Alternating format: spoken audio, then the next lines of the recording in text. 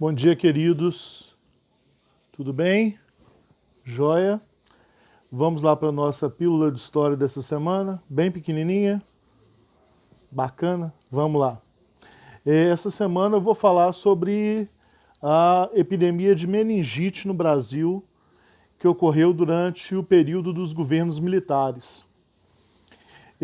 Esse assunto é um assunto muito interessante, porque ele veio à tona agora, quando o nosso Ministério da Saúde, que não tem ministro, aliás, já se foram dois nesse governo, Bolsonaro, e agora o nosso Ministério de Saúde é administrado por mais de não sei quantos, dezenas de militares, né?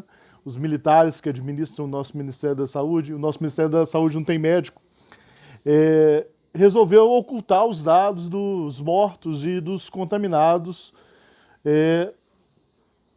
do coronavírus. Resolveu dificultar o acesso aos dados.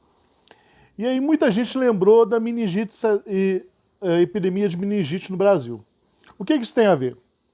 Tem a ver porque não é a primeira vez que os militares fazem isso no Brasil.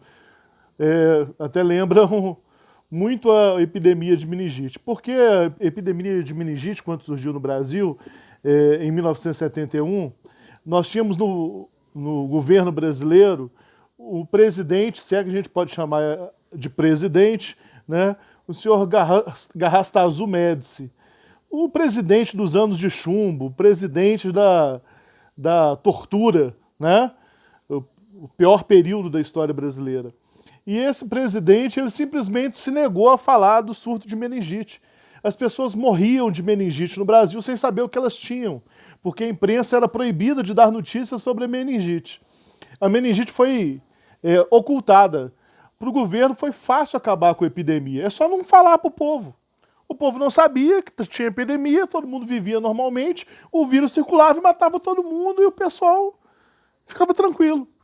Não existiam as redes sociais, não existia divulgação, a população não tinha noção do perigo. A crise de meningite no Brasil matou muita gente entre 1971 e 1975. Sempre com o governo militar simplesmente escondendo a meningite.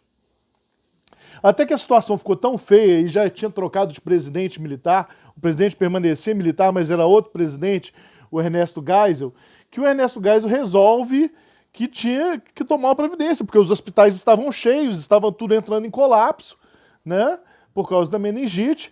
Eles resolveram, então, importar, e detalhe, já existia vacina, importar a vacina da França para vacinar as pessoas no Brasil. Né? Só que demorou, né? A fábrica da França teve que fazer uma nova unidade só para fabricar para o Brasil, demorou a chegar as vacinas. Né? Então, nesse período, não se falou nada. Quando as vacinas chegaram, aí sim autorizou a imprensa a dar notícia, né? Mesmo porque as aulas tiveram que ser canceladas, né? O Pan-Americano que ocorreu no Brasil teve que ser transferido para a cidade do México. Tudo isso por causa, né, do surto de meningite.